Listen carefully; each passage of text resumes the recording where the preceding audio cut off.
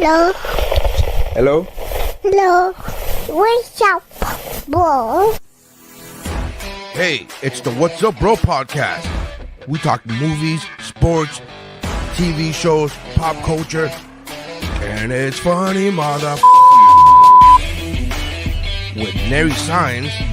I'm like, what? How can this... They have Photoshop. Photoshop exists when this artist rendition was done. How the fuck is this not cooler looking than a sketch that looks like it was done by a hillbilly off the side of the road? What the fuck are we talking? Why is this a thing? Welcome to the party, pal. Steph, anie Meyer-Senior. Yeah, I don't have to look for you. Oh, no. So you're telling me there's a chance? Yeah! And Mike Mercadal. I'm just glad I like vanilla, boring sex like this. I'm glad that the sex I enjoy won't get me killed. That's how winning is done. Hey, I'm Dave Chappelle, and this is What's Up, Bro.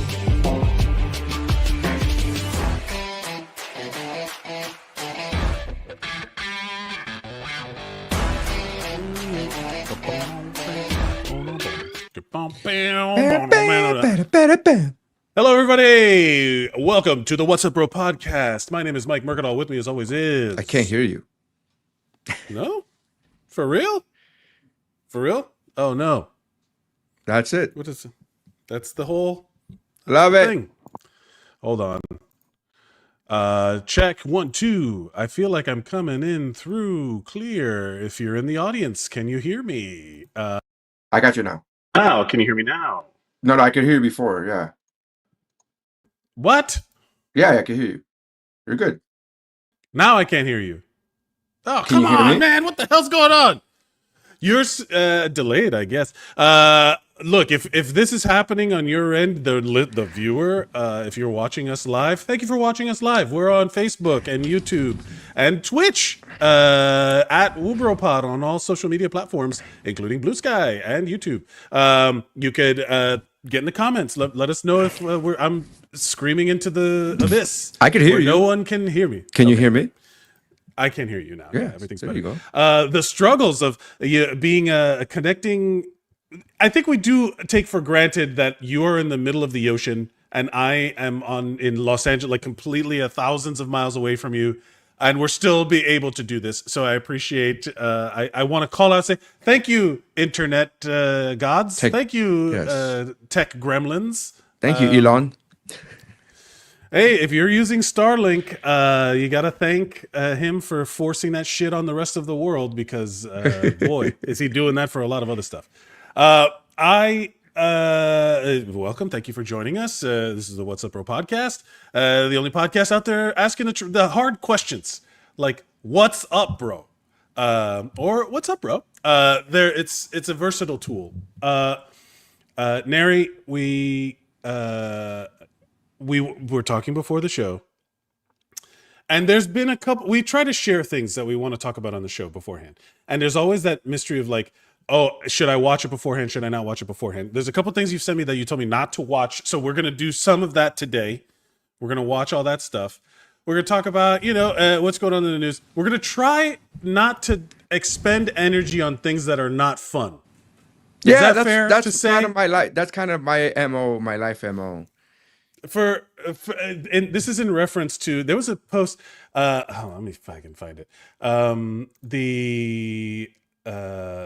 Tom Segura posted, was on a podcast, on a video, where he was talking, it's this guy, Chris, what's his name? Chris Williamson, that he's like one of these alpha male podcasters, he's like one of those guys.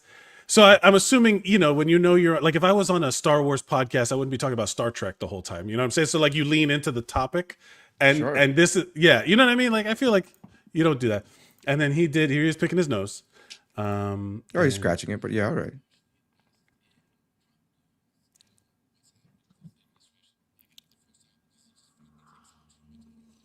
I can't hear anything, by the way, from him.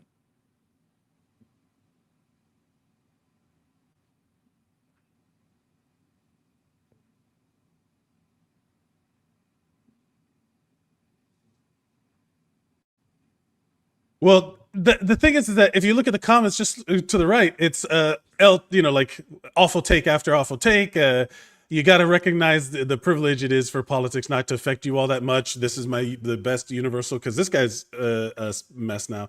But it's like it kind of is naive to think a rich person, famous person like Tom Segura is correct about that. Like, it's like he's not talking about him, he's talking about himself. He's not talking about the average person. Of course it's not going to affect him, he's fucking rich, of course he's not going to affect him. I don't while I don't agree with the whole it doesn't matter who's president, doesn't matter what, I don't agree with that sentiment. I do agree with the sentiment of expending energy into every day for the next 4 years, bitching and complaining and howling. Like that's a lot. Mentally, I went through that in 2016, 2018, whatever, the first time he was president, this guy was president. And you went through that, like, because you always strike me as the guy who remains the kind of distanced, the like, hey man, I'm not involved in this situation. Like, it's not, I'm excluding myself. I know that you went through a phase where you went to where you stopped posting about it or engaging online about it. But is that really like, do you genuinely feel like you went through some shit in 2016? Like that you were like, I'm off. You never struck me as the type. I went through so I posted about it a lot, and I was like fighting, and I was like arguing, and then like I was, just doing, I guess, what's normal. I guess I just like, look what this guy's doing, and then his followers would comment, and I would go back and forth, and I would expend that kind of energy, and then I found myself in this mental low of like being like, I feel like I'm taking crazy pills, and I feel, like that kind of like, kind of, and I was just kind of spinning my wheels. And I found myself emotionally being like down. I remember like not wanting to go out, not wanting to do things. And this was all in a matter of like from the time right before he got elected to maybe like 2 months into his presidency. So it was maybe like 3 months maybe of a time frame, but I did not like the way I felt. And that was my first sabbatical from social media. Where I was like, I gotta take my time. I gotta take a break off of this. And I didn't realize, I don't think I realized then at that moment that it was strictly a political thing for me, that it was because of that. Because when I came back to social media and I just said, I remember one of the things, I've said this before, but one of the things that kind of called my attention to it was at the end of the year, Facebook and all these social media platforms, Spotify, the reminders, no, not the reminders. They have all these little things like, and I remember one that Facebook used to have that was like a word bubble. And it's like the bigger the word, the more times you use that word. And Trump was the main word or whatever. Yeah. And it was like, and then all the other surrounding words were just microcosms of other things about politics. Yeah. And they're all negatives. It's like, ooh. And I was just like, I don't want to do this anymore. I just don't want to be that person anymore. And because that's not who I am. And I'm just like, you know what? I'm just gonna. It wasn't helping me. I wasn't helping anybody. It wasn't like somebody was like, thank God this comedian that two people know in Miami, brought attention to this. Like I wasn't that guy. So, and it was hurting me. It was just physically, mentally, I didn't want to go out. Like, again, it was a 2-3 month time period. So I don't want to make it seem as if I went through this whole thing, but I just caught it quick enough for me to be like, I don't want to do this long term. It goes through phases, right? Like, let's talk about, look, it's your Vanessa Saenz here saying hello. She's the one that would have to deal with you. Yeah. And she's like, can you please get off of the Instagram a little bit? For me, I'll tell you when it really hit for me, not necessarily the Trump thing, COVID. When COVID hit and I had to deal with all these fucking dummy, like, I'm sorry, you're like, there's certain people, you're just fucking stupid, man. I'm sorry. You can't blame, you can't be seen publicly, right? Like, this is a public, your social media feels private, but it's public. It lives forever. I can go back and look at these posts in the Internet Archive of people I know and want respect now for their political opinions, posting about how about Jewish space lasers and I mean, that part's real. COVID, but but they're not Jewish. They're if another thing. No, the they're idea agnostic space lasers. They are Zoroastrianism lasers. There's some real. What if there was like one really obscure religion that's just nailing it, and they're the ones with the technology and the lasers? You know who? You know who I just read? You know who I just read is in what I thought was an obscure religion. Is Zolo Montoya, I think his name is. The guy from Cobra Kai, the guy from Blue Beetle. What? Oh, yeah, is this related to the thing you sent me? No. Is it a different Montoya? No, because I'm mispronouncing his last name. He's not actually Montoya. Oh, he's like, Maradueña. Yeah, something. Yeah. So he practices a religion that I had no idea about until I started looking him up yesterday. And I was like, what is this? And it's like a religion based off of like the West African, I don't know what. Like, again, I'm sure a lot of people know about it, but it's not one of the, you know what I mean? It's not one of the main. It's not one of the, it's not. it's not a marquee religion. It's not a marquee religion.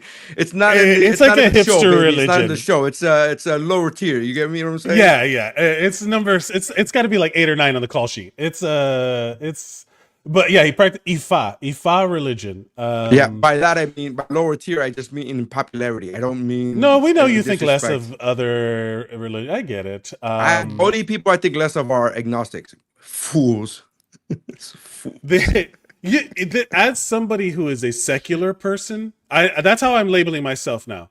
Secular. Oh, sure. It's like, I'm sorry, man. I have to live in the real world. I have Sure. to. I have to live in the real world. That's the I only don't know thing. what secular. I don't even know what secular means, man. I gotta be honest with you. Secular I don't even means know what that disregard. Here, I'll give you the. I'm a secular humanist, if that's what you want to call it.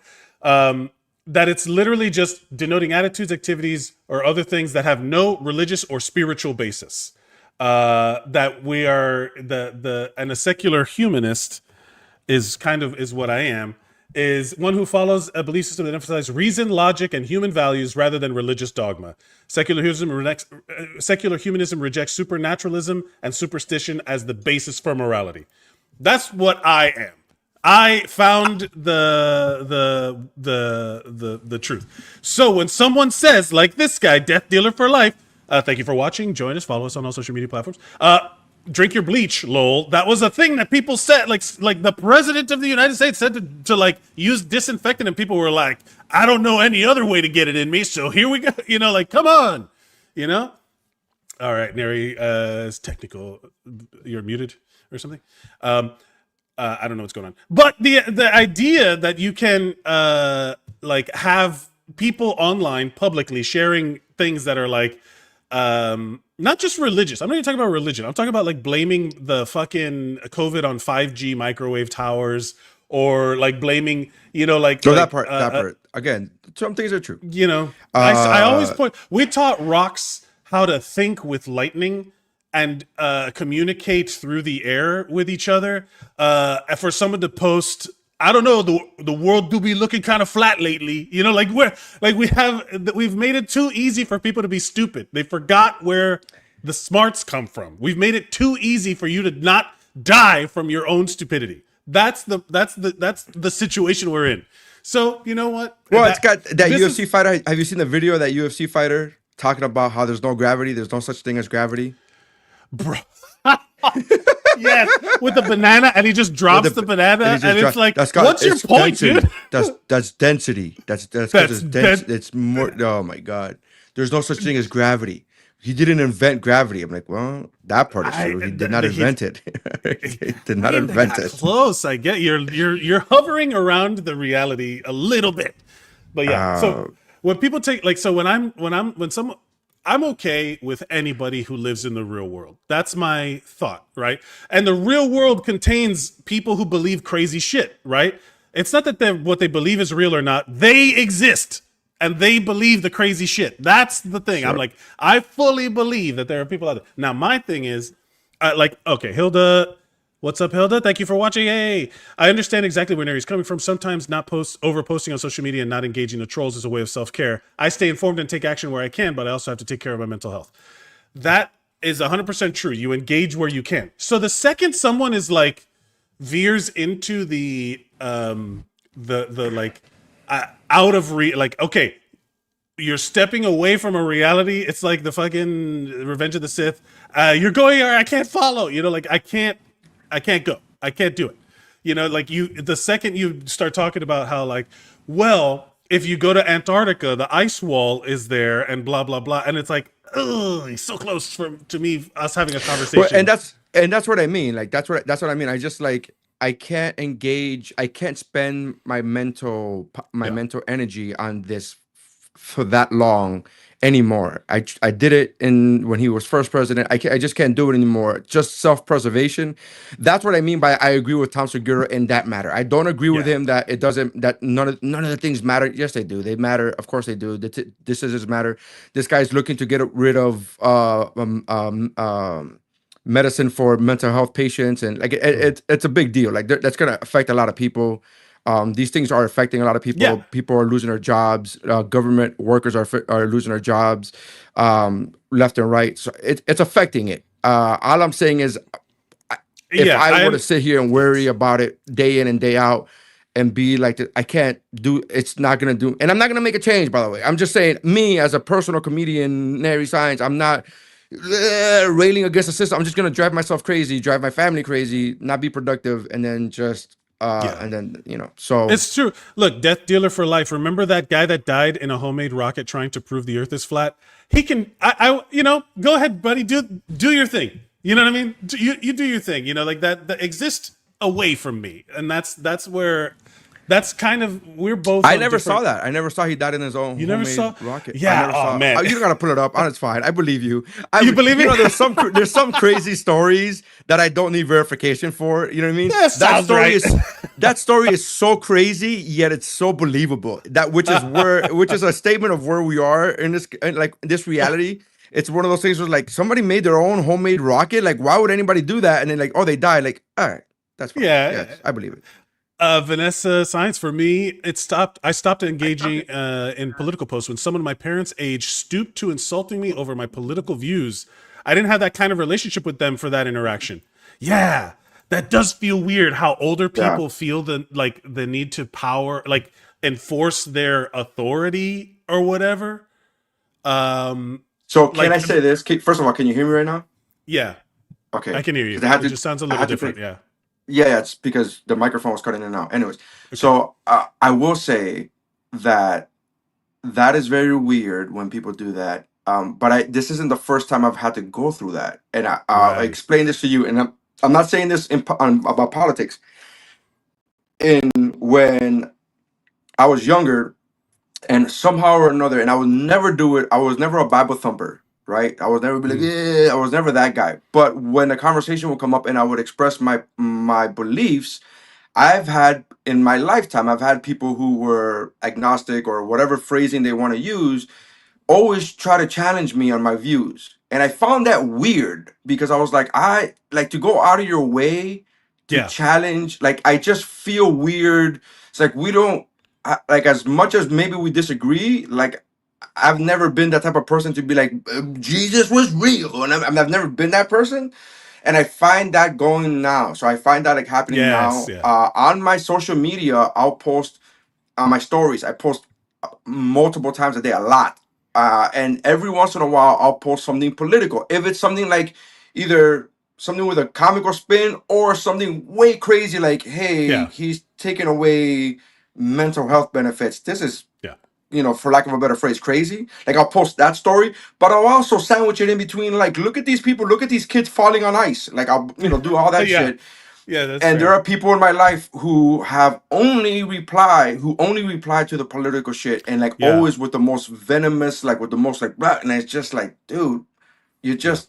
And I've come to the point where I'm not replying to them. I'm not responding to them at all. I just leave them unread. I saw a post where people were talking about how how is it possible that in the Civil War you hear about it, brother versus brother, father versus son, and this, that, and the other, and then you're like, how could that be possible? And now I'm like, I mean, I get it. They didn't have the luxury of blocking people, so they didn't have the luxury of just like, nope, the world does not exist where we're not going to fight to the death. At least we are privileged enough to just be like, hey, I'm just going to get off social media for a while. I'm just not going to post blah blah blah. You know what I mean? Like, we are lucky enough to not be in that situation. But I get there's fundamental human rights things, humanity things that it's yes. I don't know if this is a religious thing or not. It is a human beings thing. And it's also it also shouldn't be. The things that I post are this isn't a political party thing. Yeah, this is a human being thing. This is a human being thing. But again, people have been brainwashed and whatever. Yeah. But I can't stress that out, man. Oh, by the way, shout out to speaking of her, shout out to Hilda, because Hilda and I met in real life for the first time last week. Whoa. Yeah, we met. It's been 5 years almost that we met through this podcast and through you and through commenting and then her and I, we did a podcast. We all did a podcast, Movie Bros, and I happened to be in Orlando for a morning. I'm like, hey, I'm going to be there for a morning. I'm just going to pick up a car and leave and drive back. And then, let's have breakfast. And we met in person. And it's so weird because on the drive there, I'm talking to my wife and my wife goes, oh, you finally get to meet in person. And that was the first time I'm like, wait, have I not met her in person? I didn't even know. It's crazy. Yeah, that's right. It's 5 years later. Vanessa, Mike, the science fam has stolen Hilda from you. Hilda is her own woman. She's strong and independent. And she can be stolen by whoever she wants. Wow. She can. If that person better bring a giant bag if they're gonna kidnap her, because I thought that she was like 5'4". I don't know why. I just imagine Hilda being this small, petite, like 5'4" human being of a woman. And then I meet her and she's as tall as me. I'm like, holy shit, Hilda's tall as fuck. I know for you, Mike, because you're a giant, so you're always looking down. You don't know anybody. Is small to me. Everybody's short. Is small. But to me, I was like, Hilda is tall as shit. Like, I was like super shocked. I was like, oh my God, this is awesome. And it's so funny because we talked about it at breakfast, and she was like, it's so funny because when you see people in little windows. Yes, that's all you see. You don't get a frame of reference. Hilda, the SpongeBob, a few moments later. Vanessa, she's our friend now. Look, I get it. The internet has made many things possible. This show itself is possible. When I left to New York, we didn't really have these tools. And then now, you remember when I left the podcast essentially because this didn't exist, and also the infrastructure didn't really exist for it. You know, like the YouTube live streaming or whatever, all of these tools that are available now, like StreamYard or whatever. Maybe they existed, but I sure as hell didn't know how to use them. But yeah, so wait, you guys, so you were just like, you finally got to meet or whatever. But you need the full Hilda experience where you have to play a game around the table with her. For the at Tabletop Gamer Girl, go follow her on Instagram. But you have to get in her wheelhouse, her and Sean, where they have the game room, a table with all of these game walls. I feel as if we did it right. I feel as if we did it right. We met at in a restaurant. So I feel like even though it was a restaurant she had been to before and she suggested, I feel like it was kind of neutral ground. Because I feel like if I go into her den in her gaming room, it's a bit. I would feel like, okay. When you come into my house, brother, you sound like you're about to cut a wrestling promo. Yeah. Like it's like we're meeting on fair turf. I'm not gonna come into your house. You're coming into mine. You know, whatever it is.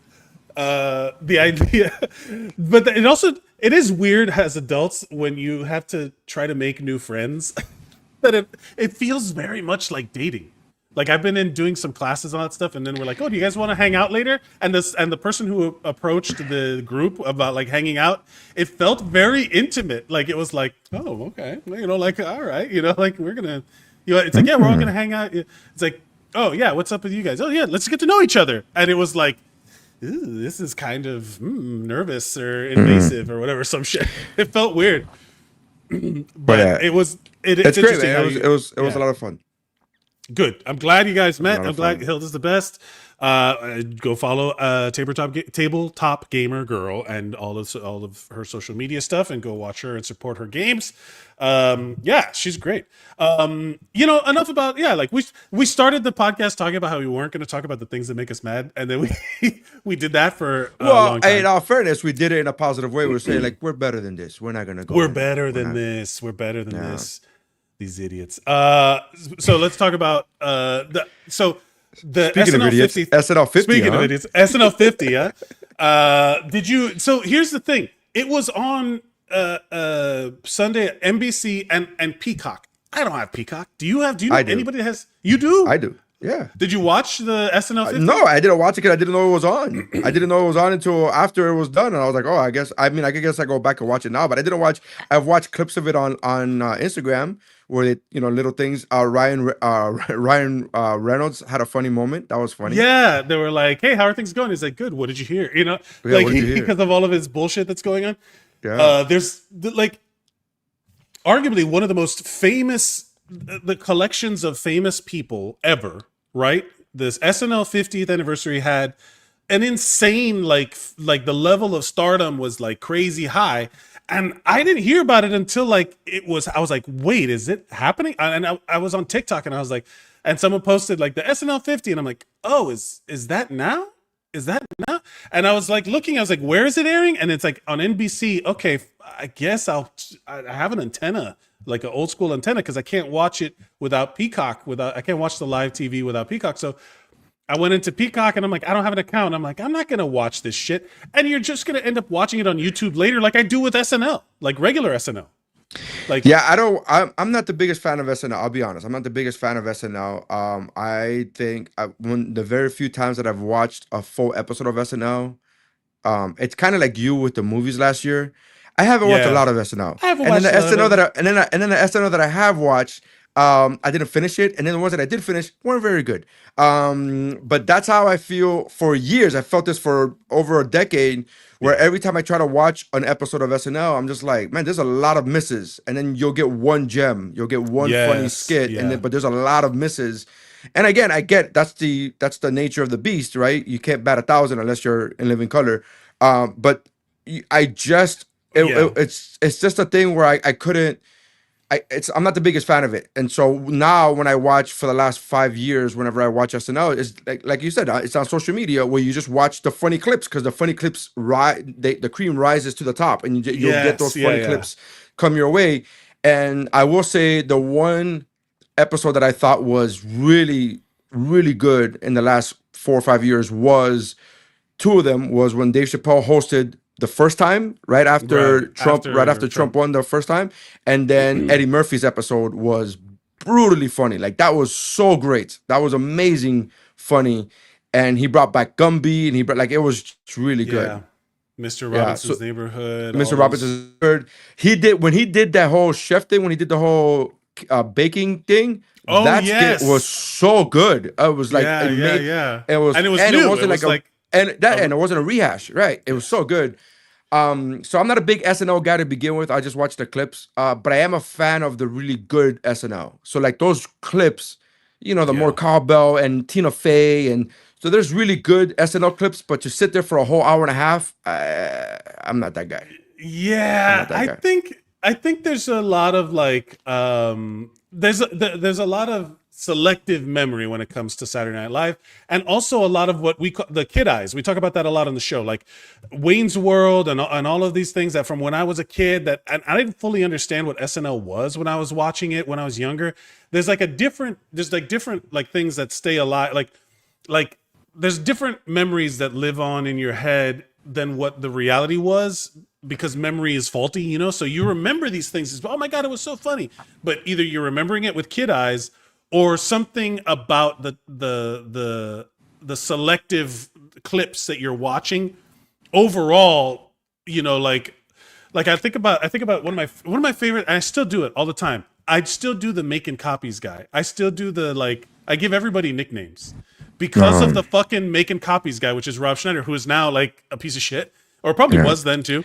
I was gonna say he's been a piece of shit for a long time. I would imagine so. But that sketch lives in my head, whether I wanted to or not. Like that's the thing, is that certain memories are not select. Like you don't choose them, right? I didn't choose. So like SNL takes up a lot. Like, okay, let's do this. If you were to like, what are the top sketches that come to your mind where you're like, this was a dope SNL sketch? Like you mentioned that Eddie Murphy one.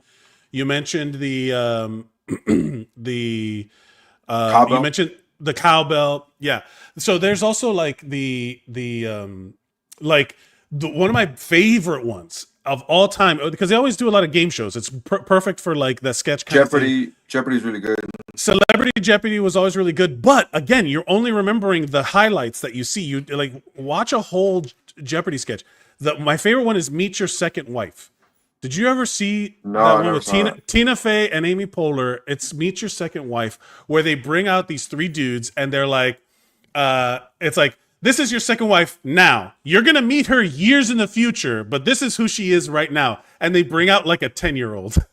and the guys are like, I thought this was a game, it's like a home improvement show. And then and then they show like, like, oh, here's your second one, and it's like a little kid, and then there's one where it's a fucking sonogram, and it's like this is your, so at some point we can't, like we don't make the future, we just predict it at some point in the future. This is just showing the disparity in the age, and that is one of the best, like my favorite SNL sketches of all time. And since SNL50 came up, there've been like a lot of people sharing their favorites. So it's like, so if you have to think of like the one that you go to and you're like, that is really, really good writing, comedy, performance, whatever it is, whatever classification. Do you have like what you think is like the best sketch? I don't know. I'm not the biggest. That's what I'm saying. Like, I'm not the biggest SNL guy to be able to. The alien. What? Kate McKinnon, was it Kate McKinnon? Yes, the alien abduction. Alien abduction with Yeah. Ryan Gosling, and Ryan Gosling could not hold a straight face. I mean, Yes. all of those are really good, but Kate McKinnon really killed those. Kate Yes. McKinnon is an MVP. Yeah. Let's- And do you- honestly, I think I've always said the best part. Yeah. Yeah. the Hilda says James Brown Celebrity Hot Tub. That's another classic Eddie Murphy one. But so let's see. So let's in terms of performers, like if you want to do a quick draft of SNL cast members that as performers, like if you wanted to do like to Tina Fey. create Tina Fey. I'm gonna have to go. Let's see. I think you know what, Tina Fey. I'll take Kate McKinnon because we're talking about cast members, so the performers. And then I will take. I will take Phil Hartman. I loved Phil Hartman, man. I miss. That's when they showed. Good. They showed like the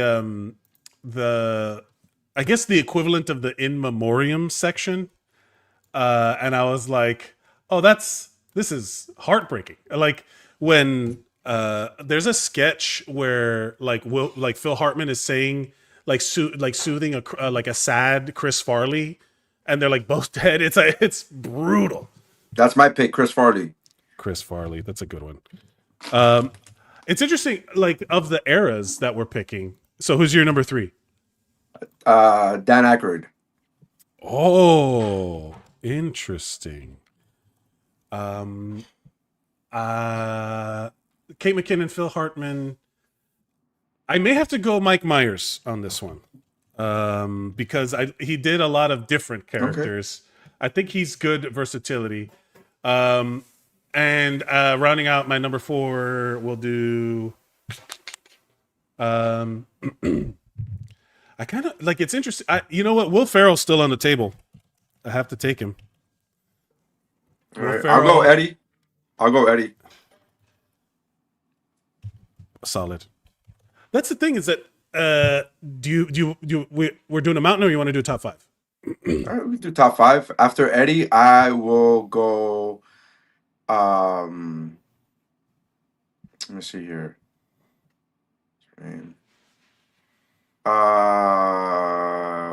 Why am I blanking on her name right now? What the? If you're watching this, Tina Fey's other half. Amy Poehler. I'll go Amy Poehler. If you're watching this in the and you're share in the comments, who's on your top 5, your best performers, who you drafting? I think. I wonder. I need someone to host Weekend Update, so I have to go Norm Macdonald. Interesting that you didn't choose. You chose. Oh, you did choose a woman, right? Yeah. You chose Kate McKinnon's number 1. Kristen Wiig is really good too. Hilda just commented on Kristen. Yes, Wiig. Kristen Wiig is actually a fantastic pick. That is an amazing choice. Yeah, amazing choice. So your top 5, your all-star cast is Tina Fey, Chris Farley, Dan Aykroyd, Eddie Murphy, and Amy Poehler. I'm going with Kate McKinnon, Phil Hartman, Mike Myers, Will Ferrell, and Norm Macdonald. No minorities, huh? Yeah. No minorities for Mike. No people of color. That's interesting. Yeah, that's interesting. The idea that we picked of a certain era is also interesting to me. Like, these are all heavy hitters, though. It's hard because like Mike Myers, I'm sure if I go back, you can find a lot of like crappy sketches. Phil Hartman and all that era, like because everyone always talks about how Eddie.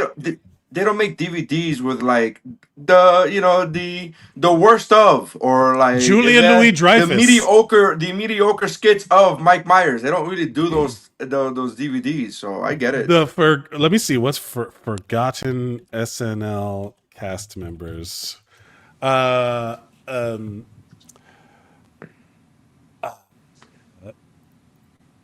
let's see. There was Julia Louis-Dreyfus is on there. Robert Downey Jr. was a cast member on SNL. He was a featured player. He wasn't exactly a cast member, but yeah. Whoa. Yeah. That's interesting. And then also like, you know who is also, I forgot Chris Rock. I literally just forgot Chris Rock was a cast member on SNL. Wow. Yeah, he forgot too. Look at this. Gilbert Gottfried. Anthony Michael Hall was in SNL. Holy cow. Out of these names, I know I've watched enough documentaries about Saturday Night Live that I know none of these are surprises to me. I just know them, but I again, I'll be hard pressed to remember a Robert Downey Jr. sketch. Like I don't remember that shit. I don't. Keenan Ivory Wayans. Keenan Ivory Wayans was a cast member, by the way. Oh, Damon Wayans, I think was it Damon? I see Damon Wayans on this list. I don't see Keenan. Harry Shearer. Maybe you're right. Sarah Silverman, and what's Jenny Slate? She got fired for saying "fuck" on the air, like one time. Ben Stiller. I keep thinking it's crazy to think of like how many people. John Lovitz. Fuck, man, John Lovitz. I forgot to put him on my list. I love John Lovitz. I think he's underrated. Definitely. I'm all right. I like that guy. I don't need. Here's John Lovitz on my list. I'm not saying I don't like him. I'm just saying he wouldn't make my top 10. It's fine.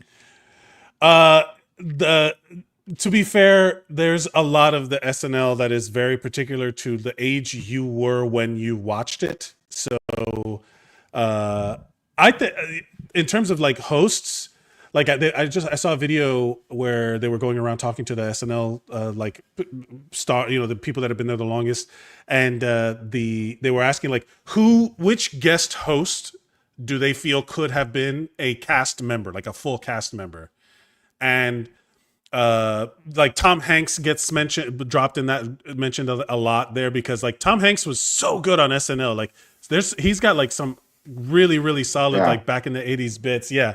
Like that recurring characters, like he had recurring characters. And then someone was like, Justin Timberlake. And I was like, all right, I guess. But like Tom Hanks was definitely someone I thought that could be a cast member if they would have picked him back in the day. Imagine his career trajectory. Would he be winning all these Oscars if he was at SNL, like doing the short-term memory guy?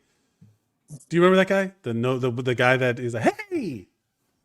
Do you remember that one? Yeah. Well, here I'm trying to think of has there been any former cast member who went on to do movies who's won an Oscar after SNL? Right? Because a lot of them have movie careers after SNL, but has anybody won an Oscar? Technically, after Robert Downey Jr. Didn't That's he what I'm win saying. for So, Oppenheimer? and we don't really remember him. So, is it possible for Tom Hanks to have won an Oscar after SNL? Yeah. I don't know how likely that would have been. The odds would have not been in his favor. I will say this though: one of the best hosting jobs, and I know The Rock did an amazing hosting job when he did with Chris Kattan. He did that character Mango. Oh yeah, Dude, that was really good. Well, that's also a skill. I think the live aspect of wrestling is what makes like. You could put any good mic, like any wrestler that's good at promo, is probably going to be good at SNL. You know who else was kind of good? Who was pretty good when he did like the video, the pre-tape stuff. He was pretty good in the show too. When Travis Kelce was doing stuff, he's in The Straight Friend with Bowen Yang. That was great. Like I thought that was like a great sketch. No way you can eat more chicken wings than me. And then there's like the gay dude that's like he's like sometimes you just need a low what is it like I can't think of the word. But that was a good sketch too. But the live aspect of wrestling I feel like gives them an advantage. Yeah. The Rock. I don't. That's why it's so weird to me when people be like, "Hey, Bautista's actually a good actor." I'm like, he acted in front of millions of people live with no safety net for years. Yes. Like, why is that surprising for people? I don't understand. Hey, that comedian is actually pretty good. Like I don't know, man. It's just weird to me what people consider like, you know what I mean? Like, why people get surprised at other people. Like, hey, this guy's actually pretty good at handling pressure. He's a race car driver. Do you understand how crazy this is? Like, this is what? This is like everything's in When you slow have the motion. spotlight on It's like you, the Flash. dude, shut up. You're so stupid. It's so Anyway, stupid. it just goes to show that we're like SNL50 happened. Neither one of us watched it live as it was happening. Every one of us is talking about like the stuff we would have rather just watched again. You know, like I did see the Bill Murray on Weekend Update. Did you see that? I would watch. I just didn't know it was on. I just didn't. Yeah. I just didn't know it was on. And to be honest, I didn't know it was on because I don't care about SNL. That's what I said. I've said this before for years, and people never believe me. As a comedian, as an entertainer, everybody's like, you meet so many comedians who's like, oh, it's my dream to be on SNL. It's never been my dream to be on SNL. Like, it's never been my dream. Like, I don't want it. I don't want it. If it was offered to me, I would consider it only for the aspect of I know that it would further my stand-up career. Because I know I can sell more tickets. If I get on SNL, I can sell more tickets to my stand-up shows. That's really the only reason. Like, SNL's never been my cup of tea. It's never been my like, oh my God, this is the end all be all. I've just been like, if it's on, I'll watch it. And now that they have the internet, I'll watch it on the clips. Right. Like we do with everything else. You do with everything else. It's true. It exists differently now. Like late night TV for a while, like every Jimmy Fallon clip or Jimmy Kimmel clip. I don't watch any of those shows anymore. I just watch the clip later, you know? There's no iconic talk show moments anymore. Like when you would watch Johnny Carson, because there was nothing else. Like you could never see it again. Like what SNL used to be, like for music. I remember if you found out that someone you love was going to be on SNL for music, that you had to watch in the moment because there was a chance. Unless you recorded it with a VCR, the music never got re-aired. Like it's very rare. I remember staying up as a kid, staying up late to watch our senior hall because I swear to God, Jean-Claude Van Damme was going to be on the show. And I stayed up late and I was like falling asleep. That's how, because it was on at midnight or whatever, 11:30, whatever time it was. And I remember as a kid, like falling, like just having to keep my head up because I was like, if I miss it, I'm never going to be able to watch this ever again. And it was Van Damme on our senior hall. And that's because I had to stay up because there was no other way of watching it. Never a more 90s sentence has been uttered than Van Damme was on Arsenio Hall. And Vanessa knows Nery and his love for JCVD. She knows she has to share you with Jean-Claude Van Damme. She does. I just talked to her yesterday. That's my wife, by the way. I just talked to her yesterday and I was like, hey, I need you to take, I got a shirt in the mail. I need you to open it. And she literally opened it and it's a Bloodsport shirt. She's like, motherfucker. She's like, what? She's like, get what? away from it. I was like, does it look? And my question was, does it look good? Does the quality of the print look good? And she said, I go, does it look? How's it look? Is what I said. And she goes, it looks like it's a Jean-Claude Van Damme on a shirt. I'm like, yes, but the quality of the ink, I just need to know. Look, we all have to. In all fairness, we've talked enough. Like this is basically SNL50. It's now just like disposable clips. It's like the soup. It's like the talk show. It's like Tosh.0. I love the soup. I watch the soup a lot. don't disparage the soup. I'm not. I'm just saying that it gets fed. We are all now doing our social media algorithms are just our version of the soup. Like just feeding us what they think is funny, what we think is funny. Well, no, the joke that I made is I'll watch a full episode of the soup. I won't watch a full episode of SNL. That was the joke I was making. Oh man, that's funny. Speaking of speaking of clips, you sent me something and you told me not to watch it. So yeah, you gotta watch it on the air. I gotta watch it on the air. Yeah, okay. So click on the thing, and I'm gonna set it up for you. This is Temptation Island, but from a different country, a Spanish-speaking country. I forget what country it is. I'm sure in the article, if you open it up, I'm sure it'll tell you what country it's from. But it's literally Temptation Island. Yeah, it's Spain, right? So, so it's Spain, and I'm gonna set it. So for those of you who don't know what Temptation Island is, it's a show where they take couples who are either dating or married or long-term relationships, but they're like in a serious relationship, monogamous relationship, and their whole point, their quote-unquote reasoning for the show is to see if to test their relationship. That's To always resist the temptation. BS excuse that they use to test their relationship. And what happens is that these people get put in situations with other couples, with other people. They go on quote unquote dates, and they always to see where they're going to draw the line and where they will stop themselves. Spoiler alert: they never stop themselves. They never stop themselves. It's Okay. that's kind of the whole thing. It's built for TV, right?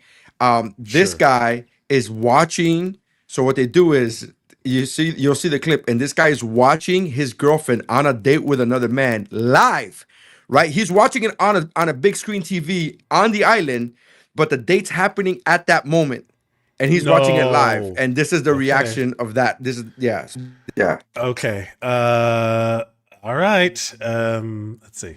Can I hear it? Can you hear that? I can't hear, but I couldn't hear the other post either. The other video that with the Tom Segura, I couldn't hear that either. You couldn't hear it either? Hold on. No. Can the audience, someone comment if they can hear it?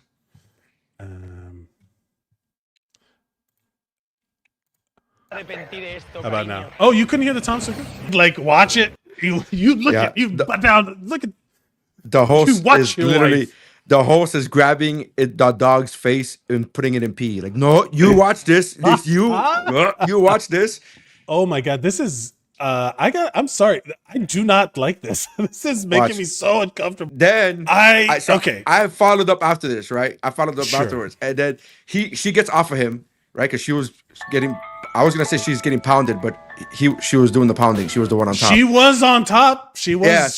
It's hard to do. Plausible deniability goes out the window when you're the one doing all the work.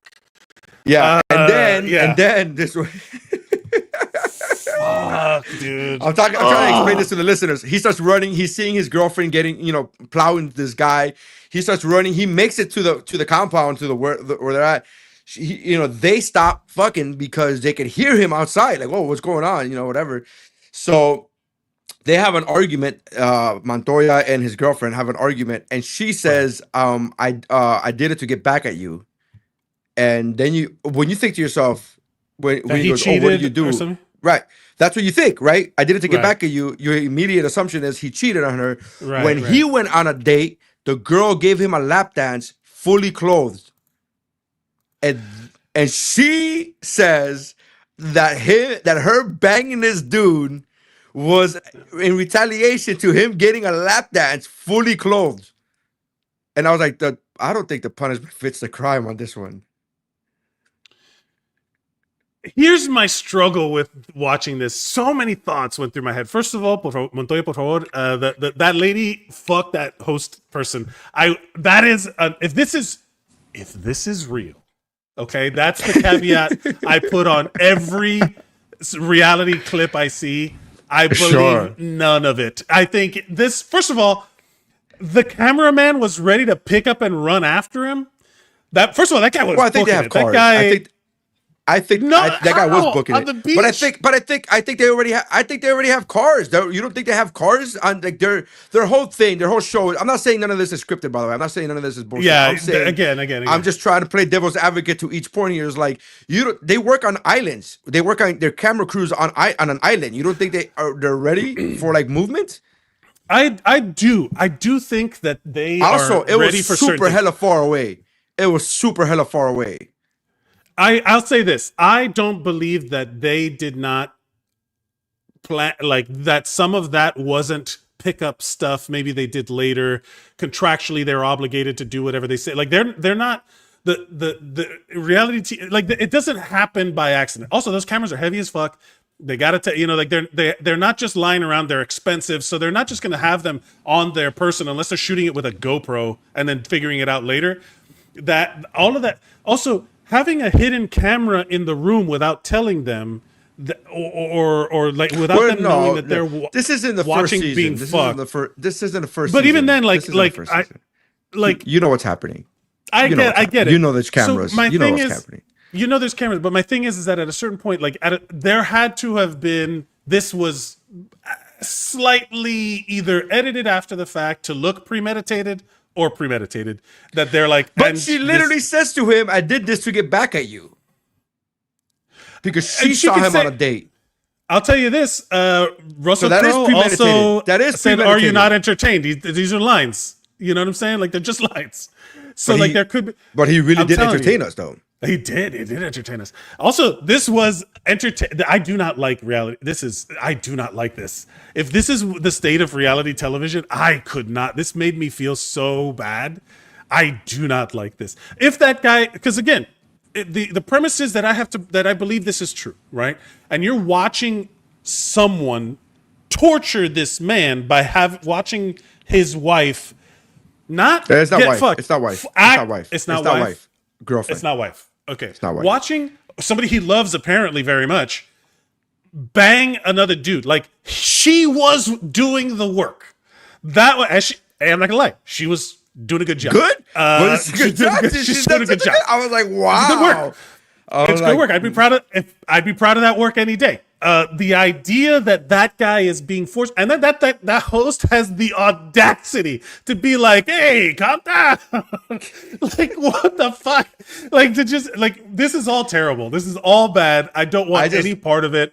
I'll stick to my fantasy and my space wizard Star Wars, and I will love stick all to of this shit because all of this to me because the No show way. is so because the show I think and I'm not disagreeing with you. I think the show is contrived. I think the show is whatever, but I also think that you know what you're signing up for, right? Like you know what you're going into. Like Vanessa's talk. Look, Vanessa mentions the fact that she's watched enough Real World to know that the participants are told that there's cameras everywhere except the bathrooms, and that's the case when I was on a game show. They tell you once you enter this building, you are mic'd. Whatever you say is gonna be caught on microphone, and people still had to be told like later on, like, hey, you can't say that, and they're like, oh, you heard that? Like, bitch, you are mic'd. Like, are you like? What happens is you spend so many hours just and then you forget. You just forget. It just becomes. Yeah. But I just found it hilarious. Like me and Brian would. Which, by the way, happy birthday, Brian. Brian Kwan's birthday is today. Happy birthday, Brian Kwan. Yeah, shout out to Brian. But me and Brian would say some of the meanest shit about other contestants, but in Spanish. And we would just say like, mira esta tipa que estúpida, que no sabía que esta, and we would just go off and then whatever. And then I would literally get my lav mic and be like, if anybody speaks Spanish, just know that we're joking. We're just joking. I was just like, you know, whatever. The bit is that we know we're being mic'd. We know but that this is, but we didn't fuck on the we camera. We didn't fuck on camera though. We and again, if you would have, they would not have made Vanessa watch it. You know what I mean? Like this was brutal. Well, this again, she wasn't a participant. She wasn't a participant. If you go to Temptation Island, you know what you're like that. You know what you're signing up for. It's called Temptation Island, dude. That's the whole point of it. Is the whole quote unquote point of Temptation Island is to test your relationship. That's the whole like that sell job that they're trying to sell you is to test your relationship. So if you go there as a couple, you know that they're going to be put in a situation that they're going, and you believe, quote unquote, that they are going to be above that, and she was above it and inside it. She was definitely above it and coming down on it. Here's the thing. You sent this to me and said don't watch it, and I was like, I thought it was gonna be. And then you also said, so Montoya por favor is apparently now a social media thing. It's caught on fire. What is it? It's caught on fire. So the how meme is it being used? It's saying like, please, like, you know, I don't know. It's just like it's now caught on fire. The Montoya. I found out about this because I heard Montoya por favor, and I didn't know what we were talking about. I literally thought they were talking about Inigro Montoya. I was like, what it was? Yeah, like I don't remember that line from The Princess Diaries. I don't remember Montoya por favor. And so I did some digging, and I didn't have to dig deep. It was just like Montoya por favor was everywhere. If you Google Montoya por favor. Yeah. This, I'll be honest with you, man. There's a lot of, I'm just like, apparently there's a soccer player named Montoya who's like good or something. I don't know. The whole point of this feels, oh God, it's also those things like, well, I have a am I the asshole, but it's also like one of those things where if you're posting on Reddit about your relationship at a certain point, you kind of know what the deal is. You know what's up. Vanessa says it's in the name, Temptation Island. Yeah, correct. But it's also, again, all of this shit's so fucking manufactured that I mean, it is what it is. But if you're going to Temptation Island, you know what's up, man. You know that shit is your that's what I'm trying to say. If you're going on a show called Temptation Island, you're voluntarily, you and your girl, you and your partner are voluntarily going to Temptation Island. Yeah. You know what you're in. You know what I mean. You know what you're in, and you've seen the show before. This isn't the first season of Temptation Island. You've seen the show before. You know what happens. Why would you want to put yourself in that situation? I don't understand. Yeah. So those are the people who want to get attention, who want to get like, hey, I want to be famous. I want to become famous. And by the way, this guy's a flamenco dancer. Montoya. Montoya's a flamenco dancer. He was fit, dude. You saw him running? That dude is athletic. A gazelle on the beach like that. Jesus. Yeah. Well, to be fair, he does that. He's a flamenco dancer and he does fighting in cages with claws. So he does that too. He wears a mask though to protect his beautiful face. That's the whole point of. Yeah. That's the whole point. Can you imagine that? And can you imagine a Street Fighter remix where they have Vega fighting, and then when you beat him, it says Montoya, por favor. Montoya, por favor.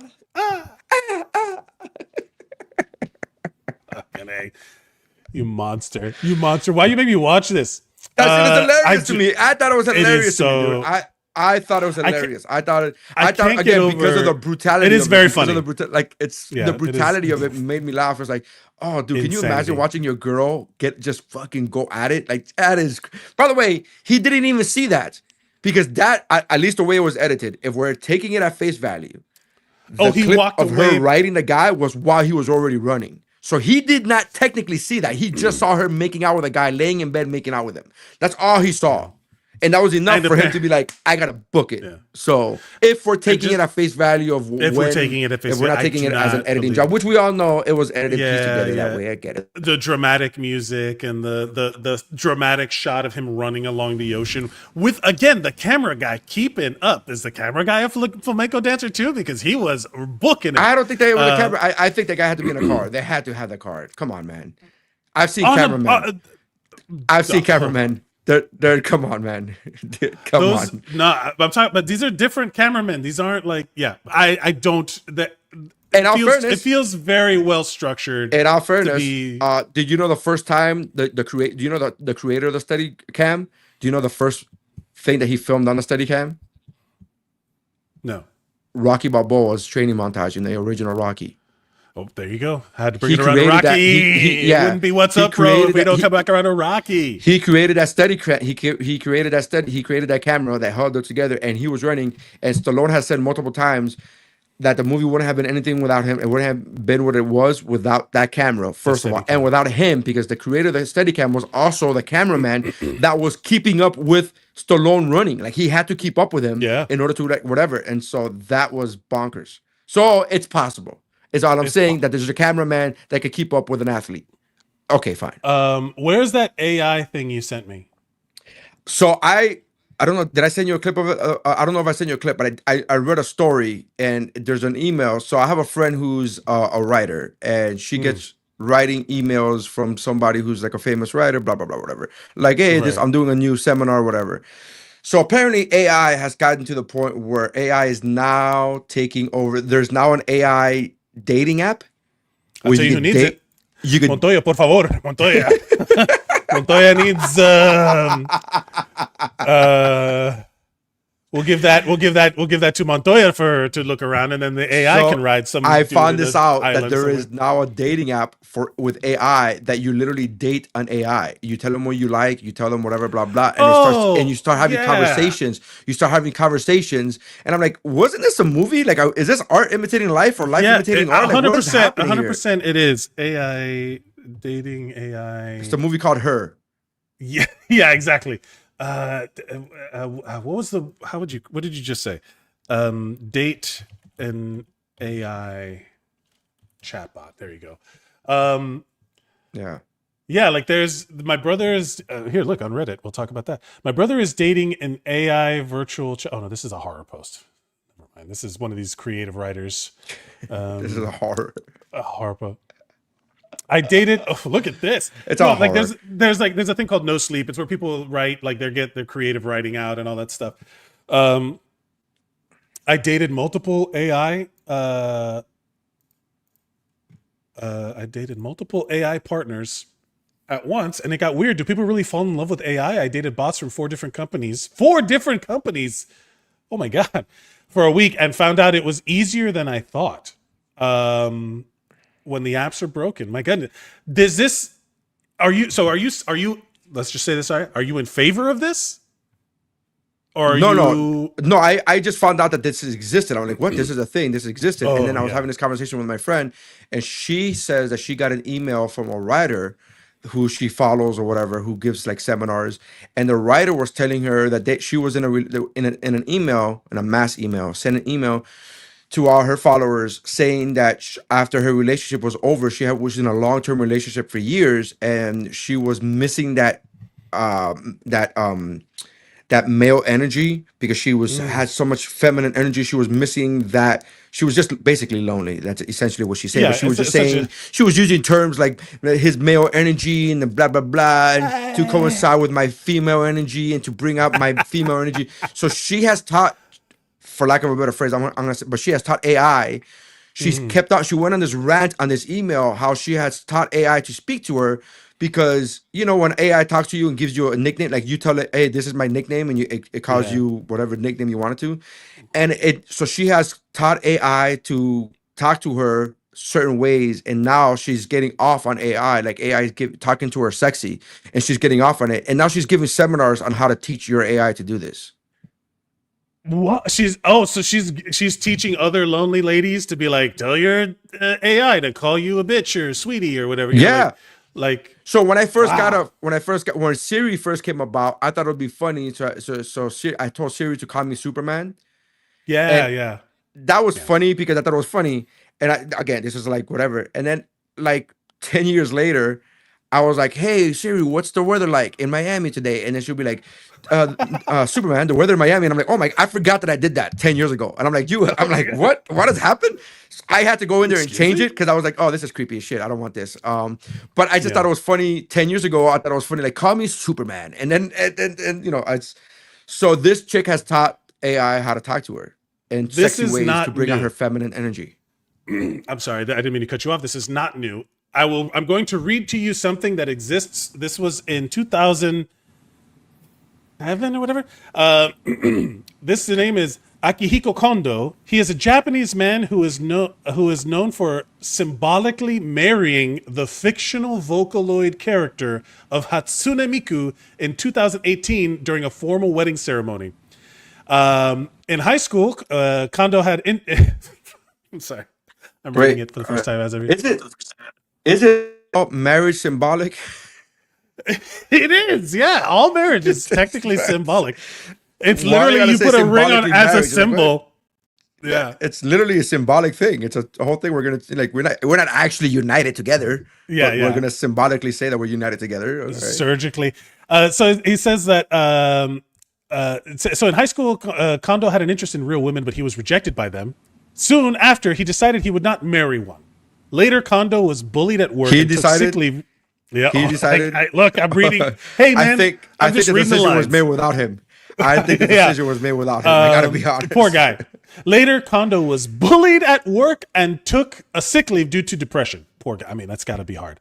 During his leave in 2000, that does suck. And during his leave in 2007, Kondo discovered Hatsune Miku. This was like a digital music star, like a pop star, like a J-pop, thing that was an anime kind of virtual character. Do you mean K-pop? No, it started as J-pop because Japan is J and then Korea is K. During his leave in 2007, this helped Kondo return to the workplace. In 2017, he purchased a gatebox device that allowed people to interact with holograms, including Hatsune Miku. This device further helped Kondo's decision to hold a wedding with the character. The marriage, which was unofficial, elicited mixed reactions from people. And I just read what it said. Since then, Kondo has given lectures about his relationship, including at Kyoto University. He has since identified as a fictosexual, a lot of people who have romantic attraction to fictional characters. In 2023, I mean, just like you and JCVD. Well, I mean, he's a real person, though. But he's a real person. Yeah, but he's fictional to you. No, he's not. He's not. And by the way, he's not a physical. My example was going to be Kelly Kapowski. That's going to be my. That was going to be my example. That's a good one. Yeah. But you said the actor. I was like, oh, I know. I should have said. Yeah, I should have said Frank Dukes. Yeah. Okay. Well, he's also He's also real. He's also real. In 2023, Rio's doing some hard lifting there. Yes, some real heavy lifting. In 2023, Kondo founded the General Incorporated Association of Fictosexuality to help the public's understanding of the subject. Sources have identified Kondo as a fighter for the rights of acceptance of fictosexuals. A professor described him as a pioneer for the fictosexual movement. As of October 2023, Kondo is a public school administrator and lives in Tokyo. Here's another thing that's happened. Where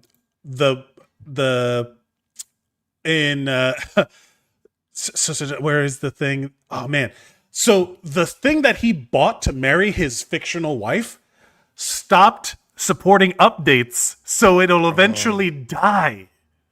No. It'll eventually just stop working and stop existing. Like it'll stop interacting with him. In all fairness, how isn't this that makes it more realistic?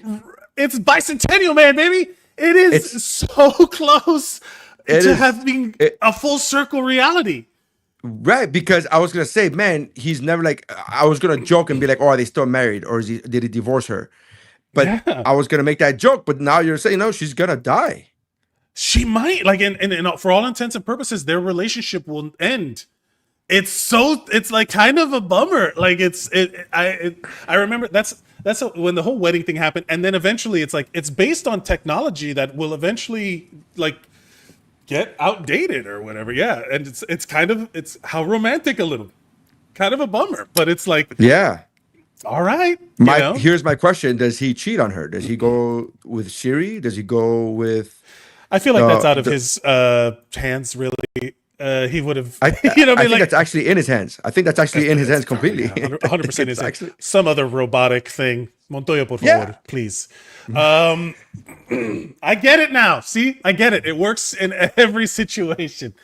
Yeah. So that honestly, look, what scares me a little bit is, and I've heard some comedians, I've seen some like bits online, and I've been doing more comedy out here, and I've been going to mics and stuff, and I've been hearing people try to make jokes about how AI generated images of like people is like harmless or whatever. And I'm like, I don't know, man, that's like the next level thing, right? Where you can, now it's not just about the voice. It's not just her. Now you can create like a Scarlett Johansson picture that talks to you, right? Like, or a 3D Scarlett Johansson, because they stole her voice. The ChatGPT stole her voice essentially, and they're being sued and all that stuff. So if you take Scarlett Johansson's voice, Scarlett Johansson's physical appearance, and make it in a way that it can be like interact with you, that is not hurting Scarlett Johansson, but also, is it not creepy as fuck? Like, that's also weird, right? Well, so this is the conversation I had with my friend yesterday. When my friend brought this up to me about the whole writer, she was saying like it's super creepy. She was like super creeped out by this idea. And so what I said to, because I always try, and I know it sounds, but I always try to look at the other perspective. And while I cannot relate to being this lonely, I think that that's helping lonely people. Now, what if this person who was bullied, this guy that we're talking about, was bullied and blah blah blah. What if this relationship with this AI has stopped him from unaliving himself? Yes, yeah. So that's true. Is it creepy to people who have normal human interactions? You and me, who have real wives, who are there for us and yell at us and criticize us and tell us that we're not good enough. Is it creepy to us? Yes, it's super creepy to us, but it's also harmless, right? Like, not only is it harmless, but it actually helped them. Yeah, I mean, so it's fair. It's hard to get, but this is going way back to the beginning of the podcast. This is the Tom Segura thing where it's hard for us to think like that because we are not in that. We are in a different position. What someone would call privileged to be in a loving relationship, to have a partner, to have a family. We are in a privileged position. Or you said loving relationship, and I said or a wife or a wife. You know, we can't get specific here. Montoya, por favor. Fuck you for teaching me this thing. Mom Koji, that is Yolanda. I get jealous of Alexa. Good morning, Tony. Screw her. Talking about my dad. like the Alexa talk calls. It's like, why does she know your name? It's like, I own her. I don't. Yeah, it's, you own it's, her. I own it. It's not a her. It's a it. It's a yeah. Vanessa says there are AI influencers. That's also true. And there's a case of a child who did unalive himself because the AI bot told him to. Yeah. Oh no, yeah. this is how Skynet wins. We saw that post, and it scared the shit out of us as parents. It scared the shit out of us because that's another kink in the parent guidebook that we now have to go and like teach. Yeah. Like, there's another wrinkle in the lesson plan where we go, oh, now we got to teach. You got to read the updated rules. Yeah, Jesus. And so that was a thing. He's telling the chatbot about his depression and bullying, and the bot suggested her unalive himself, and he did. Yeah. Ooh boy, yes, that is sad. Wow. It's tough because at a certain point, like, I don't think like Patton Oswalt has a bit where he thinks that he was afraid to like break his kid because you never know what it's going to be that scares that sticks in the kid's head, because he thought it could be like, we all have something that sticks in our brain that like, Freddy Krueger, no problem. But I saw like a weird dog once, and I'm like, like, you never know what's gonna stick as the thing that traumatizes you, or like sticks in like clowns. Like, who's afraid of, like, for some bananas. people, bananas. E.T. with Vanessa. Yeah. E.T. Yeah. I'm pointing at Vanessa actually. Yeah. There's, who knows what triggers the trauma response.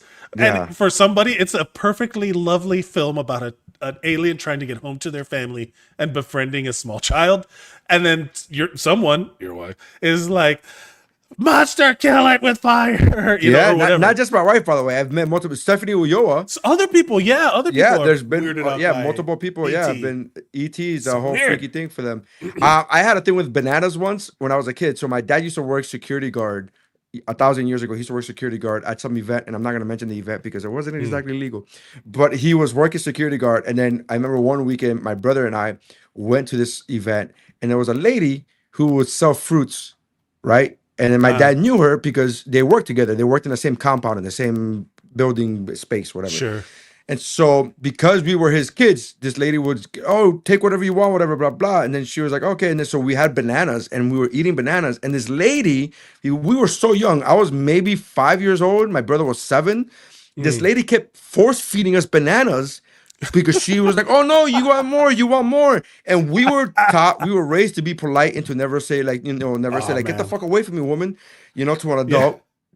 And so this lady kept force feeding us bananas. And I remember me and my brother kept looking at each other like, yo, when is this going to be? And we got so sick of bananas for years. My brother and I would and it would be one of those stories where we wouldn't even talk about. And then randomly we'd be like, hey, remember that banana lady? We're like, oh my God, remember that banana lady? We just like, it was such. You never know. So look, this is tangentially related, but I have another thing from Reddit, and Am I the Asshole, that is kind of related because it does have a lot to do with influence. And well, I'll leave it to you. Sorry, Vanessa. That was rude, Michael. Confirmed. Yeah. I mean, it's also Montoya, rude. por favor. Montoya, por favor.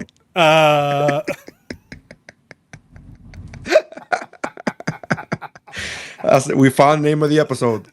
Montoya, por favor. Oh no. Oh man. Okay. See if you could spot what I'm talking about. Am I the asshole? See, I'll bring it up. I won't bring it up on the screen. I'll just read it. Am I the asshole for pretending to think beans and chili are woke to prank my cousin who's obsessed with being anti-woke and who loves chili? That's hilarious. That's hilarious. Here we go.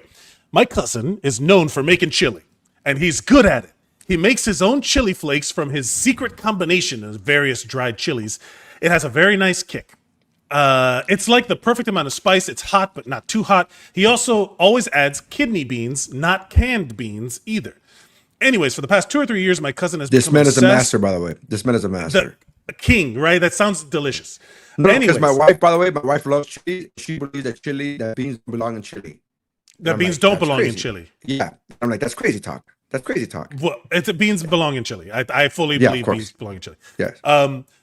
Anyways, for the past 2 or 3 years, my cousin has become obsessed with all this bullshit about what is or isn't woke and how woke things are the end of the world. He's always been a good dude, so I don't know what his bag is, but he is completely obsessed. It's annoying. So the other weekend, I was at his place and he was making his famous chili. So I got the idea for a little prank. I was like, I'm surprised you still put beans in your chili. And he was like, what? Why? I was like, beans and chili are so woke. Everyone is saying so. He was like, what do you mean? And he was like genuinely concerned, as if this was something serious. I said something like, yeah, beans and chili are woke. The original conservative Texans, the conservative Texans who made chili only used meat and chili. San Francisco liberals started adding beans to chili in the 60s because so many hippies were vegetarian.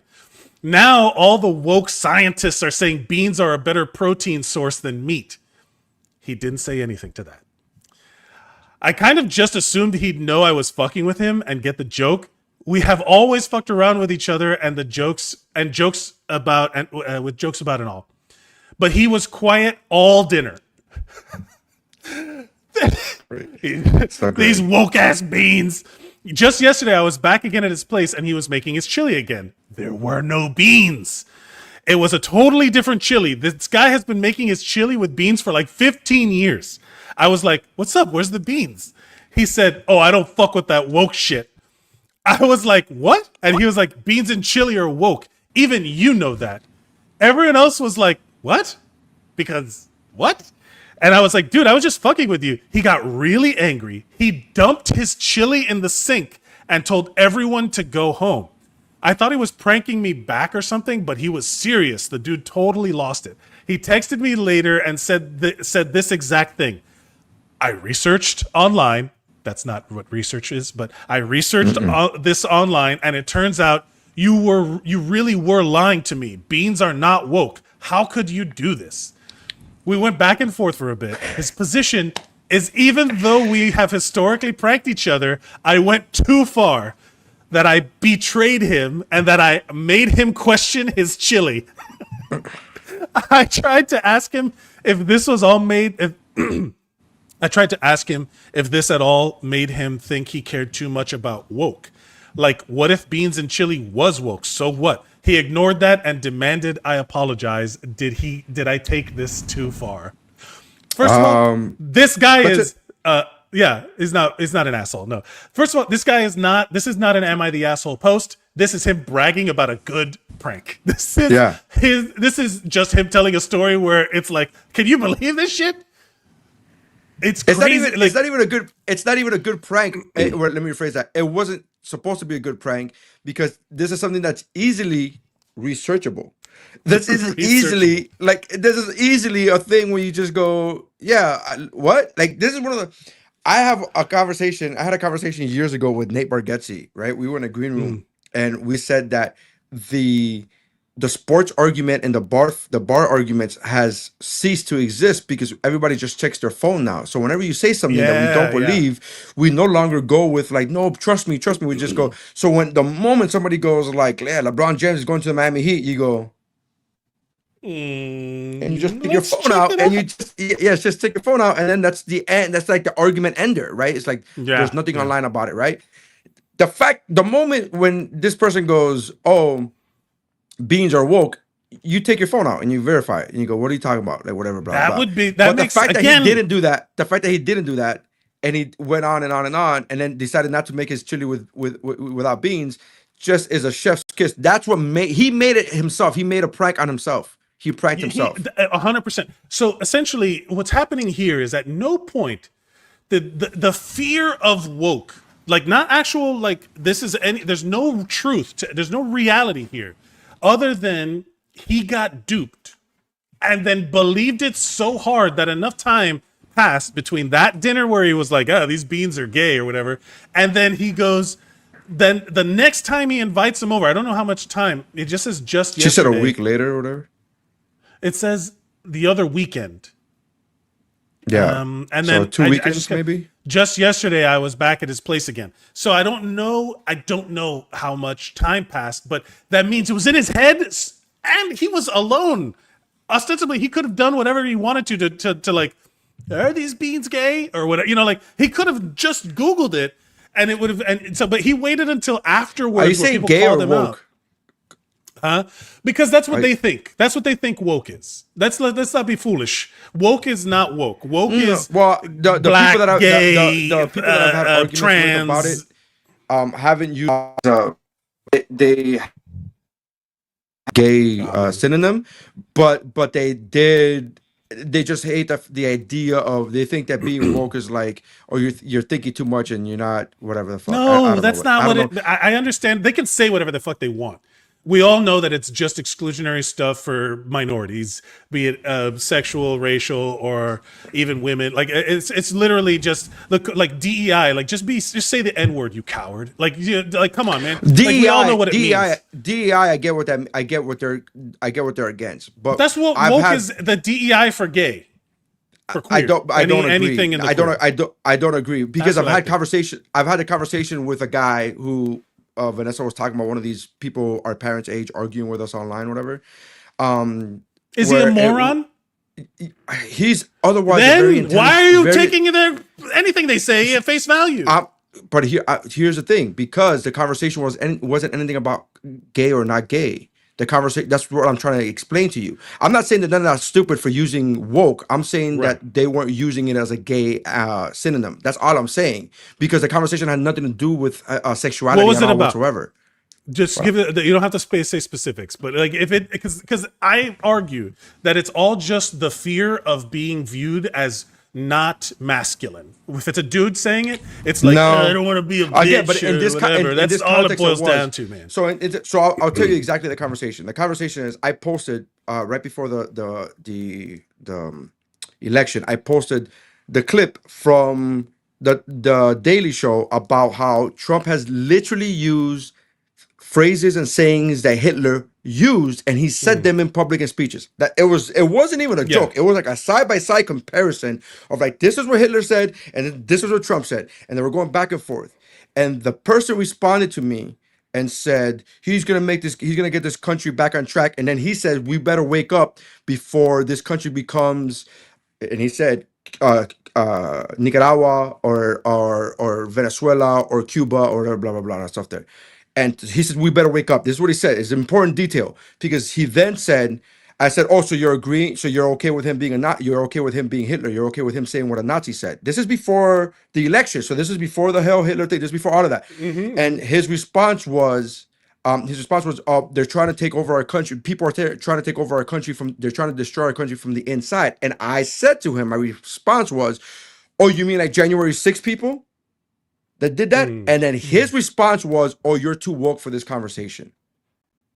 And that has nothing to do with gay. Fair enough. So that had nothing to do with, and it's funny because my response to him was, but I thought you said we have to wake up before our country becomes Venezuela and Nicaragua. Now you're saying I'm too awake? Like, I don't understand. You said that we have to wake up. That's so it had nothing to do with gay. You've proved me wrong. And then that's woke, like literally what Vanessa said, fact checking is woke. Like, hey, let me live in my bubbles. Yes. I see what you're saying. All I'm saying is that I have never seen it with parallels of gay. I'm not saying that it's impossible, and I'm not saying that there are not homophobic people using woke as a phrase to get away from, to be able to say, hey, stop being. I'm not saying that it's impossible. I'm saying that what I've seen it is, I don't like fact checking. I don't like being called out on my bullshit. So you're woke if you're calling me on my bullshit. Fair enough. I'll leave it alone. I'll leave that part out of it. But in this context, he's straight up literally lied. They lied to him. But like, it's literally what the people he supports politically do also. Like, you know what I'm saying? Like, he just got lied to, and then when you correct it, he's like, I corrected myself, now you're the problem. But it's like, when I correct, when you do something else, like, I'm the problem. So it's like, wait a minute, how am I always the problem? You know what I mean? Like, because again, going back full circle, this guy does not live in reality. Like, all you have to do is just like, hey, first of all, what is woke? What is it about beings these liberals? What is it about liberalism? What is it about what is it about? Like, I don't understand something. Here's the thing. Somebody once told me, as I'm eating Chinese food, that's rat, right? They kill rats. And I remember saying to myself, well, this is the most delicious rat I've ever had in my life. All right, Demolition Man. It's Because because I've always been such a fat person that nothing you say to me verbally is gonna change my mind on food. I'm eating it regardless, because if I want to eat it, I'm gonna eat it. Like you telling me, you know what I mean? Which is, by the way, I said this. I used to joke about this. Like, if you wanted to kill me, right? If you wanted to poison me, just put like free cake on my. Like I remember. yeah. I used to work in a cubicle, and I went to the bathroom, or I did something. I got out of my desk, and when I came back, there was cake at my desk, and I just ate it. I didn't ask whose cake this was. Why is it here? I just ate it. And I remember like eating it, and then they were like, "Oh, it's so like 30 minutes later, it's so and so's birthday." I'm like, "Oh, are we cutting a cake?" And they're like, "We left you a cake on your desk." I'm like, "Oh, that was okay." Like, I just ate it, and I just realized you can kill me. If you wanted to poison me, you could just put poison in a cake at my desk, and I would eat it, because I wouldn't even ask questions. I'd be like, "Bleh," and I just ate it. So if you would have told me that cake is woke, I'd be like, "I don't give a fuck, bro. That cake is delicious. Man, I don't care." I used to be friends with a dude. But with drugs. This guy, I shit you not, I watched him do this on the New York City subway. I say friend, but it was like another open micer, another comedian that I was. Yeah, just someone I knew, but I seen fairly well, and I didn't really hang out with him, but we were always at the same mics and stuff like that. I watched him on the New York City subway find a pill on the floor and take it. Just a random ass pill. And I'm like, this guy needs intervention. Like that, I was like, wait a minute. That is insane. Like, that's not even like a cake on a plate offering. It is literally a pill on the floor of the New York City subway in the middle of Brooklyn. I was like, oh man, I was like, what was that? He's like, he said it looked like MDMA, it looked like ecstasy. And I'm like, what? What do you mean it looked like? What do you mean? You trust your eye, like your drugs so well that you're like, that's a pill that I'm going to take. Yeah. First of all, it's on the floor. Gross. That 5-second rule clearly expired. Not only there is no 5-second rule on the New York City subway. I'm sorry, there's no 5-second rule. Yeah, there's negative time. Like, you're already counting the clock down. The floor is lava on the New York City subway. The floor is lava. Montoya, please. Oh man, Montoya, por favor. Wow. Well, another flawless episode in the books. Not one thing to dispute. Everyone, you can watch this and take this and speak about it in the future as if it were concrete fact. Nailed it. Thank you, everybody in the chat. We love you all. This is always fun to have people chatting with us when we talk, because otherwise it's just you and me yelling at each other. Thank you.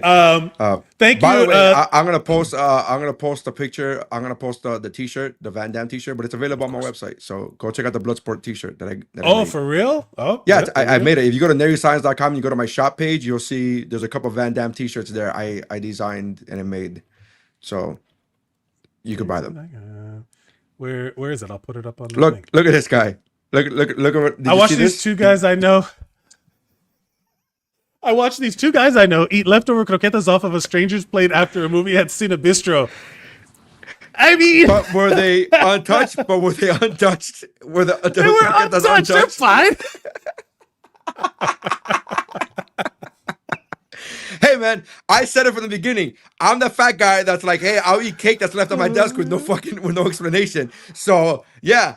Croquetas, they're not touched. I'm not eating a bitten into croqueta. I'm not eating that. That's disgusting. Yeah, there were no bites in there. Where's the shirt? I can't find it. Go to shop and you go all the way, and you scroll all the way down. If you go to shop, you go all the way down.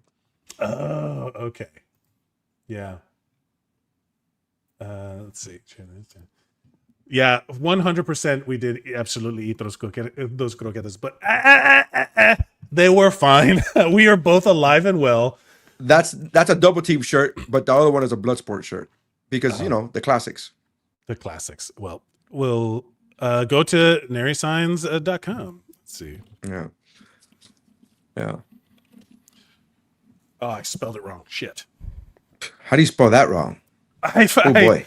Oh my God. I really did it wrong. Wow. I You know really what? did it For a wrong. second, I thought you put the German A with the two little dots. I thought you put that one. I was like, oh my god, that's not I the one. really did that wrong. Anyway, um, the we you know what? I'm not gonna lie. Those croquetas were good, and best of all, they were free. So Free. I mean, you I actually can't. don't remember if I had one. I thought it was. I know thought I if did for sure. You made fun I of me know. because I absolutely did.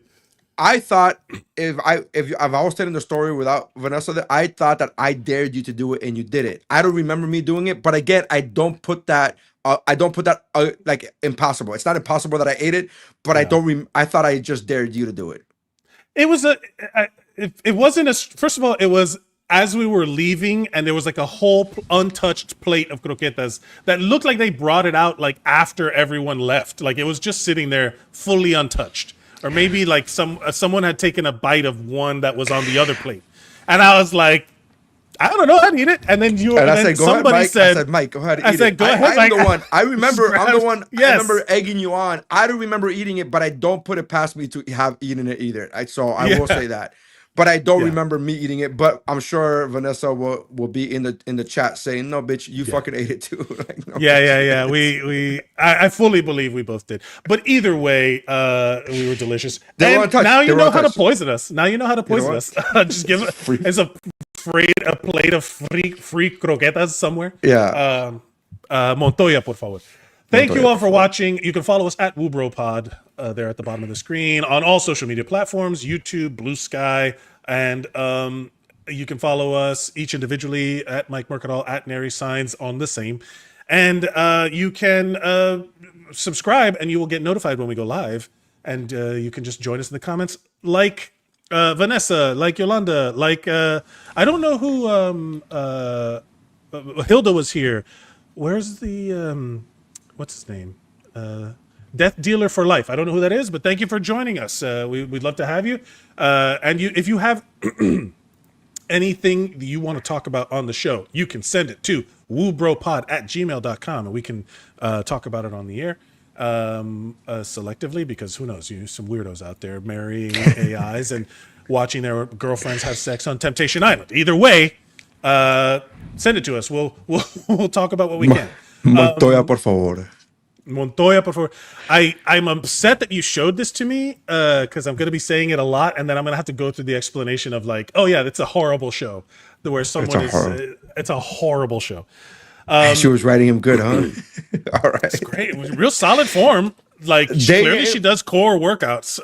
Dania Improv this Sunday, February 23rd, 8:30 p.m. Check the show out. Go and get tickets, get online. Appreciate you guys. Love you guys. And that's how winning is done.